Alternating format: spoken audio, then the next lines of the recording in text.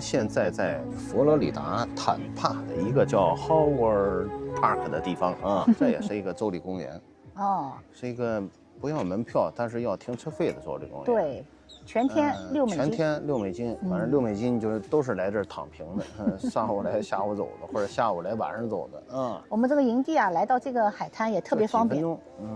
看就是这样的风景。我们也拿一个小音箱。但是声音不太好意思放得太大。7000多公里啊，驮着，第一次拿出来。快要走了，快要离开佛州了。放松了。这个氛围感一定要有。还有一个东西没用的啊，就是一直没有用啊。桨板。桨板。驮了7000公里，加上佛州1万多公里啊，从来没有用过。为什么呢？因为海水浪也大，湖里边又不敢下去。怕鳄鱼，所以我发现佛州划船的人是没有，就是相对北方划船的人多一些啊。我觉得就首先淡水还是只有本地人才敢划，外地人都不敢划。这海滩挺好，挺安静的，既有小朋友，因为它没有浪嘛，它是个湾嘛。对，是个湾，外边还有那个长长的那个。像岛一样的，对，有点像温哥华的白石啊。哎，对，就是一个湾，没有什么浪。对，海水没有噪音，特别的 peaceful 啊。而且上到老下到小，这里海滩都有。没错。有些海滩呢，老年人居多；有些海滩年轻人居多。没错。这里男女老少都多。小孩也多。哎，对。我为什么选择了这个呢？因为我。地图上看啊，有好多树，这是很重要。哎，其实佛州这一点上跟别地儿也不一样，就是海水里边啊，人不像中国那样多。你看中国他们都下饺子一样，都在水里边。那是资源太多了嘛，它所有的海都是这样的啊。不是，因为这里啊，我想说的是，这里有好多人他是不下水的，都是在岸上晒太阳。没错，不下水的。就是其实很多人还喜欢听海浪声的，海浪声其实是白噪音。对，但是还有一点也有可能是天气的原因。那如果大家热的实在受不了，都想去水里边去泡一会儿啊。感觉真好。对，今天呢，Kevin 终于不用扎那个棚了。不用扎这个棚，带了2把椅子来。一下子他的工作量就减轻很多。待会儿呢，我们也给大家分享一下。一个呢是我们整个在佛州的这个花销状况，尤其是住宿这一块啊。另外一个分享一下来佛州跟以往想象的不一样的，或者好的，或者不好的，给后面也想像我们一样来佛州的人啊，给他们分享一些经验。我们在佛州一共64晚，看看我们这64晚一共营地花了多少钱，然后这64晚给我们留下的好的印象和不好的印象。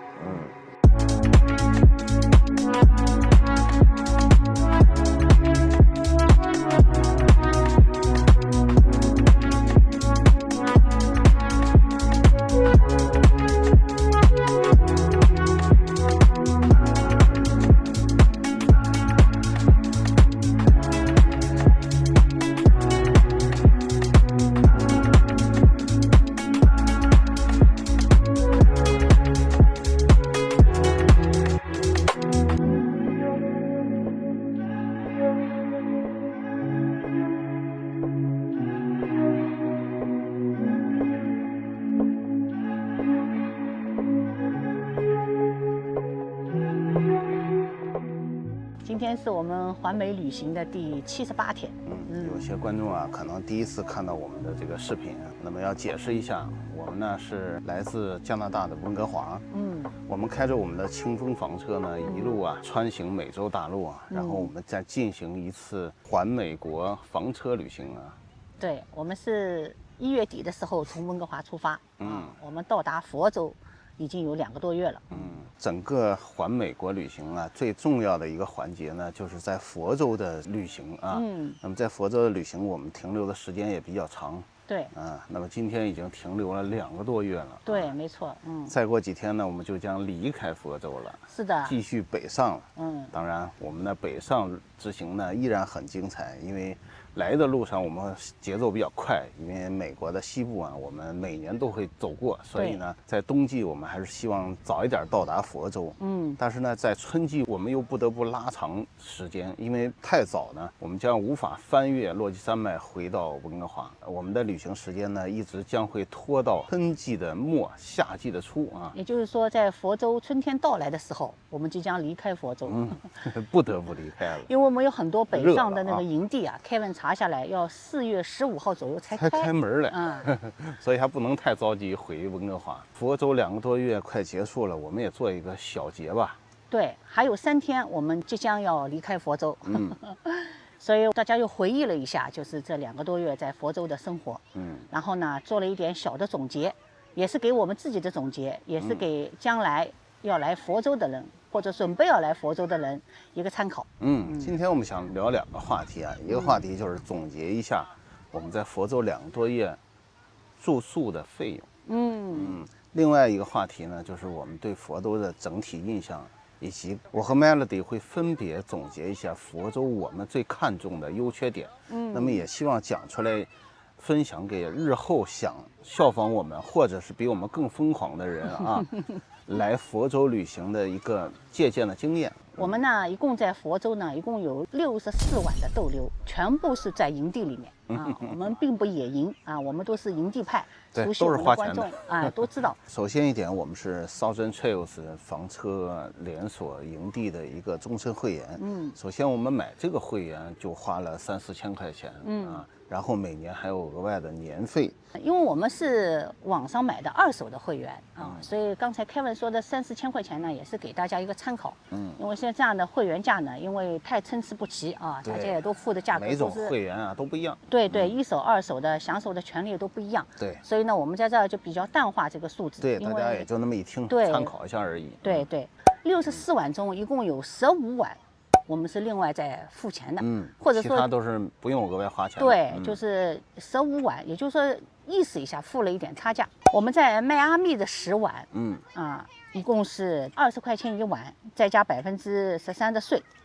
加上 KYS 也同样是20块钱1晚。对，KYS 呢还有一个10块钱的预订费，但是呢没有税。再加上1晚奥兰多呢州立公园，41块1毛1，里面含了7块钱的水电费。那么一共这个15晚的营地的钱呢，我们一共花了357块1毛1。然后额外的年费呢，我也会打在屏幕上。对，另外我们的 TT 和 TC 呢，也有1000多块钱的费用。对，每年的会费。这个会费呢，也会根据每年的价格发生变化。那个 Kevin 打在屏幕上的这个价格呢，是2026年的价格。也供大家参考。每年也都会涨一点。对，也就是说，在佛州逗留的64晚中，我们有15晚支付了部分费用，其他的都是我们的 TT 和 TC 的那个会员支撑的营地。反正住宿的费用肯定是相对酒店呀这个而言还是比较划算的。对，300多美元，这在美国基本上2天酒店的钱都不够支持的。当然，我们还没算花了10多万美金买的房车，花了几万块钱美金买的皮卡，当然是折合的啊。对，那加币的汇率要乘以1.3几啊。因为首先这是一种生活方式啊，就是我们选择了这个生活方式，然后我们力图用比较就是能够亲民的价格，也让我们长期能够这样旅行的这种方式。所以呢，我们选择了这样的会员，选择了这样的房车。反正这种生活呢，如果你买上了房车，你不开你就亏了。其实你要是真正开出来，其实就是成本会比较低。那么比起酒店来讲，肯定是比较低了。对，那么买房子呢又有风险，对吧？那所以我们住的很多营地里面都有很多这个养老房。对，看着他们做的这种防护啊，就是玻璃窗外面这种铝合金的全部罩起来的架子啊，而且他们不能移动啊，最关键是我们可以到处没错，而且这儿的房子啊普遍都比较矮，普遍没有2层楼，就是可以想象一下，这个当自然灾害来的时候啊，尤其是在夏天啊，对。那好，接下来我们就聊一聊对佛州的印象吧。对，也有一些经验分享给日后来的人，来过的人呢，也可以听听比较一下我们的印象是不是跟你们相同啊？那首先我来讲关于行车方面的吧。那你先讲缺点还是优点啊？先讲哪个？先讲优点啊，先讲缺点。缺点。好，先讲缺点啊。我认为最大的一个缺点，不影响你的正常的旅行和生活，但是它会给你带来很多烦恼或者令你心烦。那就是佛州司机的驾驶习惯都普遍比较差。肯定是，我觉得以全美或者以就是我们西海岸的人来说，因为是这样，是不及格的。美国东部我们没有亲自开过车，都是以前都坐火车呀，或者怎么样坐飞机啊。那么整个西部来讲，一路开下来，尤其是相对比较我们温哥华邻近的华盛顿州啊，这个佛州的司机的驾驶习惯是非常差。加塞并线、蛇行、闯红灯，甚至是就是明晃晃的在你面前就是横着切过来蛇行啊，这种都非常常见。可能有些住佛州的人认为这个有可能是外地司机不熟造成的啊。但是因为我们就是从外地来的，外地司机除了一路上走过来，德州的司机就开车会比较快一些之外啊，那其他西海岸的司机驾驶习惯相对好一些。所以这是我认为就是佛州给人印象可能最不好的一点。那这一点呢，可能不影响你的旅行和生活，但是在尤其有堵车的时候，你会明晃晃看到不断的有人特别自信的过来加塞。对，我感觉他们的这个流畅度啊，并不像游客所以我觉得这一点上，希望佛州以后能够加强一下，或者跟其他州学习一下。没错，因为这种加塞，我们觉得已经非常的堂而皇之的，而且是肆无忌惮啊。有的时候甚至带有一点点小的风险啊。对，这给一些外州开车比较规矩的司机啊，会有一些不安全感啊。还有他们变道的时候不打灯，切着你的车头往前走的时候，如果租这辆车的人是真正的游客，或者是像我一样的菜鸟，本身也是一种危险。对。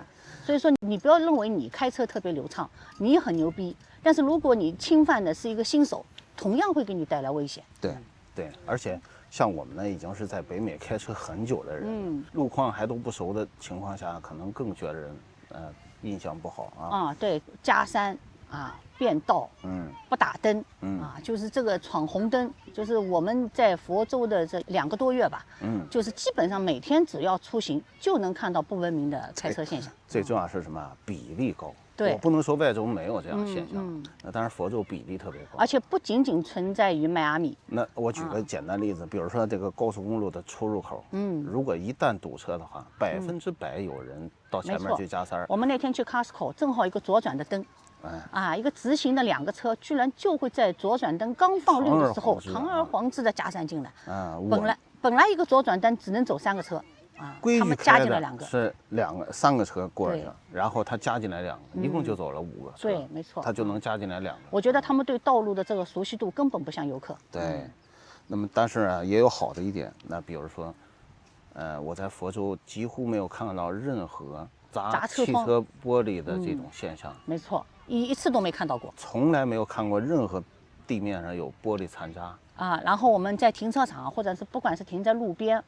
还是停在社区里，都没有看到前后左右有车被砸。没错，所以我觉得这一点的安全感非常强，非常好。对，因为我们俩在加州旅行的时候，特别是在旧金山旅行的时候，对，3次在码头附近。对，一个是在码头附近，娱乐码头附近。对，一个是在那个金门公园附近都3次看到过，就是身边的车被砸。比例太高。对，我不能说温哥华没有，但是。这些东西就是比例，而且针对游客的这种目标就他们这种目标是非常明显。那么然后还有一点我也比较喜欢，就是佛州的车牌。哦，对对对，各种一路开车一路说，有什么海军的、空军的，还有冲浪板的，有迪士尼的，哎，迪士尼的，甚至于他们还有熊的，小熊的、小鳄鱼的，什么都有。对对，彰显了这种特别丰富的个性，我觉得没错没错啊。相比而言，我们就是BC 省哥伦比亚，就是温哥华车牌就比较单调了大概就一共30只有3款。今年车牌只有3款所以这点佛州来讲，我觉得全美，我认为就是佛州的车牌是最漂亮、最好玩、最丰富的，最有个性的。而且有几个车牌给我们留下了特别好的印象，一个就是夕阳下面抱着冲浪板，冲浪板还有不同种，有白天的，有夕阳的对，真好。这个车牌特别好，特别丰富对我这一点我也觉得，别的州应该学习一下。对的，我对佛州的印象，我也先说好的你先说好的。对，我先说的是差的。对，我愿意先分享好的我怕说不好的大家都走了。好的是这样，首先呢，就是佛州的税比较低，就是我们在整个佛州旅行，就是它的税呢，基本上是6.5到7。我们说的是相对的对，消费税。毕竟有一些地方还有不收消费税的，还有0的对，蒙大拿俄勒冈那这是另说了。这毕竟是一个特别有旅游特色的州对。那么虽然说我们不会大量的采购因为我们是环美旅行，我们并不是一次纯粹的购物旅行。但是税的比较低呢，就是让我们感受还是特别好的。临行我们需要补一点衣服、补一点日用品的时候就是感受特别好。因为我们在我们温哥华税要高达12%，所以感受特别好。这个是税。那么第二个我喜欢佛州的呢，就是阳光。当然，虽然我们就是冲着阳光来的，所以你看我们的肤色，没错，我已经能看出来，我已经非常非常的黝黑发亮了，就是黑里发亮了。前一集视频我还说红里透黑，今天我是说黑里发亮。Melody 对，是的，上色特别快。那么佛州的阳光呢，就是特别是稳定的阳光基本上早晨的阳光我就特别喜欢。如果我们在营地里面休整的话，一般早晨这个9点半到10点半之间，我都喜欢搬把椅子背对着阳光，晒起来特别舒服。这也就是我们来佛州一个最大的没错，一个喜欢。那么2个喜欢之后呢，我要说一下一个不喜欢。不喜欢呢，虽然说我不是一个开车的人虽然说我有驾照，但是我并不怎么开车。但是我也特别纳闷佛州怎么会有那么多的收费公路对的就是尤其是城市附近的这种快速路。对，而且它公示的呢，好像价格特别低好像它是这样，它不是按整段收费的它是按区间，拍一张照片，对，1块多或者2块多，没错，每拍一张照片，比我拍照片贵多了虽然说价格好像看上去不高有时候最多也就1块多，但是架不住多呀。你一天出行有可能要付5、6次费，去回来对吧？哇，那你要走得远还不止嘞。对，所以我们这次佛州之行这样的收费公路到底账单是多少钱？目前我们还不知道不知道，我们还没有收到账单。我们也很大方的，从来不管他收不收费，导航导什么就走。因为我们避不开，没有必要因为这几毛钱，而且你再去绕路对，这个就是性价比太差。它大概体系就是洲际公路是不收费的，但是城里边的环城的，或者是城市几个卫星城之间的这种快速路，俗称高架路，全都是收费的。就是有个别收费公路我们能理解，就是它太多了，多到你都不想关心哪里收哪里不收了。因为我们去隔壁的华盛顿州，它也有收费路，但是它比较少。我得客观说一下，道路很好，对，状况很好。不论天气也好，还是投资也好都是有利于这个公路的保养。这个是我觉得就是怎么说呢，不适应吧。可能有人说有人投资基建你只花比较少的钱，能够有通行这样好的效率，对也是好的。那你温哥华道路状况就是不如美国，美国在道路状况投资远远超过加拿大。对，我只是作为一个游客，作为一个消费者说的缺点。对这个呢，反正个人各说了。对。我们畅所欲言。还有什么缺点？还有这一个缺点呢，我觉得这个缺点简直太大了当然，这是随着我说阳光好的反面。另外一面对，就是它的天气秒变，它这个翻脸速度真的叫比翻书还快。对而且呢，我领教到了佛州的这种阵风。就是它的对公布的风速啊，有可能都是并不是阵风全天这样的风速对。啊，18级也公布，对17级。但是就是这样，不是全天这样的风速，更容易造成人家就是松懈，然后造成灾难。对，为什么呢？因为我们房车我还是说的那个遮阳棚，对，这是我们这次在佛州旅行和我们露营的时候最大的一个区别。所有的房车90%基本都不把棚拉出来，因为为什么？基本上每天都会有妖风。每天下午不是下雨就是刮风。对，我们这次来坦帕前3天啊，风还特别大。我们前3天基本上没有来海边。有一次刮妖风，居然把我们个户外椅啊还转圈刮倒了。就这个阵风有多厉害？我怀疑本地人如果习惯了的话，下午都不出门。对，就是上午出门或者是傍晚出门，然后整个下午天都是不好的。还有气温啊，它非常有变化，就是为什么呢？就是不单是温差大啊，温差大只是显示在一边。所以人家形容啊，那个狂人像佛州的天一样，每天变脸嘛，就不靠谱呗啊。天气是总体很好，对，但是就是变化太大。没错，就是你在夏天有可能还会要过初冬的气温，所以说如果来佛州旅行，如果不是短暂停留，你还是需要带上羽绒背心啊、轻羽绒啊这样的衣服。而且我们来的2个月，一共就4次寒潮。没错。哇，这个比例是非常高的。Kevin 甚至晚上睡觉的时候有2套被子准备着。我几乎一直是这样。对，他盖一条，然后沙发上放一条。对，随时半夜换。对，因为你不知道。而且特别有意思，我们这次第2次回到坦帕的第1天，我们居然还开了暖风。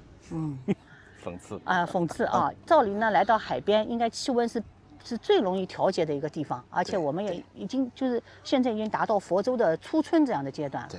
但是我们甚至于早晨起来还需要开暖风。所以说天气秒变，对，温差大，对，而且是突发性的状况比较大啊，所以暴风骤雨。我们来佛州之前，我也看别人的视频。我说怎么冬天穿这个，哎，过2天冬天又穿那个。来了你就知道了，冬天穿什么都有可能。因为我们有一次视频下面有观众就留言，哎呀，奥兰多这么冷吗？你们俩穿这么多？对呀。其实不是的，过2天之后我们又穿短袖了。对呀。今天开空调冷风，明天开空调暖风。虽然不影响旅行的性质，但是如果对于短期在佛州旅行停留的人是不是特别友好。对，如果你仅仅来佛州3、4天，有可能你就会遇上最不好的那么3、4天。所以天气啊，千万不要参考别人，因为不靠谱。对，没错，就是你1月份、2月份、3月份都有可能需要穿轻羽绒，都有可能是30多度把你晒伤了。所以说房车旅行呢，就是也给了我们很多这种多样性的配置啊，让我们带上这些行李也并不心疼。好，那接下来继续由 Kevin 讲一讲还有什么优缺点不喜欢的？我好像没有什么不喜欢的。那我们讲一些这个佛州有意思的东西吧。也是 Kevin 发现的，就是在佛州开车，它没有山，居然它的油耗有非常大的区别。因为我知道佛州地特别平，然后海拔的落差特别小，然后我突然有一天发现啊，从这个奥兰多往返迈阿密或者 Key West 的往返耗的油的差别特别大。没错。比如说100公里耗18升油去，那回来的时候可能连16升都不到。我记忆当中就是这样，我们从那个Key West 去那个和平河，也是，居然油耗只有15。对呀。太惊讶了。我就去查了一下，我发现他们影响他们的油耗最大的不是海拔，是风速。没错因为佛州呢常年刮的风向呢是有利于你北上的，而不利于你南下的。对。所以永远都是往南边开。而且油耗有时候会差5个。当我们从和平河，就是在开往快20了，我开往迈阿密的时候，快20了。就特别有意思。所以这是一个有意思的事。甚至于你从奥兰多开到那个 Coco 海滩，有时候油耗也会不一样对，有些人开房车可能就是车里面装的油是比较可丁可卯的。这个你要算油的时候，你要没错，因为这个油耗相差太大了。对我们一般以前在西部翻山的时候才会这样。是啊，所以这个跟我们是不太一样的一点啊。啊，对，而且特别有意思。如果大家有兴趣的话，如果你们开房车下次来佛州，你们也可以观察一下。对对对，当你从南往北开的时候，油耗就特别低；当你从北往南开的时候，油耗会特别高。甚至于你往东开或者往西开也有略有不一样，因为区别的数字太大了。特别像我们拖着房车，如果油耗只有15的话，简直就让人太惊讶了。对啊，我们在温哥华市区开车皮卡油耗就要这点。是啊，当然这个最后啊，还是要就是给佛州加一分的啊，就是旅游资源太丰富。就是我们来这么长时间，也没有说把所有的地方都占到。没错，还有很多地方，每一个地方都有自己的特色，都有自己可玩的东西，哪怕是海滩也不一样。对，因为我们这次呢是生活旅行，慢节奏嘛。对，那么每个地方停留的时间长，我们也不是疲于奔命啊。大家看我们的视频也能看出来。而且很多网友啊提的一些建议都挺好，我也都特别想去。因为时间的安排，加上就是提前要预定营地，不能够做那么灵活的调整。所以希望以后有机会吧。但是给我们留下了印象，如果我们有机会在7000公里来到佛州的时候，我们一定会去这些地方啊。到最后呢，我还想说一段。就我出发之前啊，我的朋友跟我说，你们以前呢经常在美国西部旅行，你们这次要去的是东部，你们要去的是红州，你们的感受会不一样。他也是给我们提个醒。当时呢，不管怎么样，我们自己想去了才知道。对。那么我想再说，我在佛州整个这个60多天，我感受到的，到目前为止都是善意。而且我觉得佛州啊还是比较包容的，就是其实这里冬天有非常大的比例人都不是本地人。对。但是他们融合的都特别好，特别善意。所以我觉得就是红州也其实也同样就比较包容。这个对。政治表述呢，其实跟你平时的生活中啊，不是特别有关联啊。有的人正常生活，只是他投票左投一下，右投一下而已啊。所以就是生活中体现的并不是特别明显。其实我们很多政论节目看的特别多，或者网评看的特别多的时候，你会发现有很多地方就是比较针锋相对的。但实际上落了地，真正生活在这里，你是感受不到那些的。就是网络上这些喷子啊，其实在生活中蛮乖的都。最后呢，虽然说给我们释放善意的这些老年人啊，并不能看到我们这样的中文 YouTube 啊，但是我还是想感谢一下，做一下总结啊。一个呢是在我奥兰多的那个洲际公园啊，看到我们要走，人家也是走过来表示善意啊，看到你们那么远的地方来。还有一个呢是在奥兰多的那个冬季花园博物馆的停车场。老年人也是对我们表示那么远过来特别欢迎，挺令人感动的。你们辛苦啊！那么Coco海滩不用讲了，老奶奶特意看我们挂街走过来，说了一段。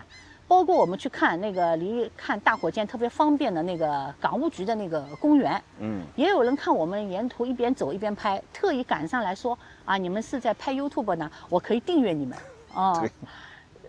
虽然我们没好意思，对，说我们只是拍个视频留下纪念，但是这些随处可见的这个善意，对，就是并不像大家传的洪州的那些妖魔化啊，最起码佛州是这样的。还有呢，就是大家甭管怎么样的政治立场，一定要相互了解，不了解。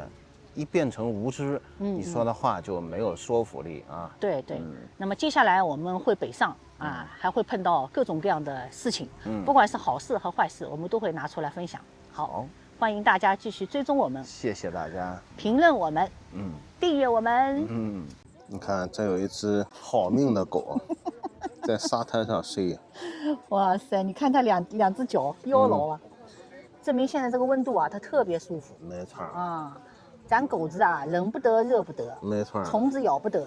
狗的跟我要求的温度比较像，狗就跟它爹像，怕热。你看呀，多舒服啊！就是这个温度正好在它的舒适区。谁最幸福啊？我。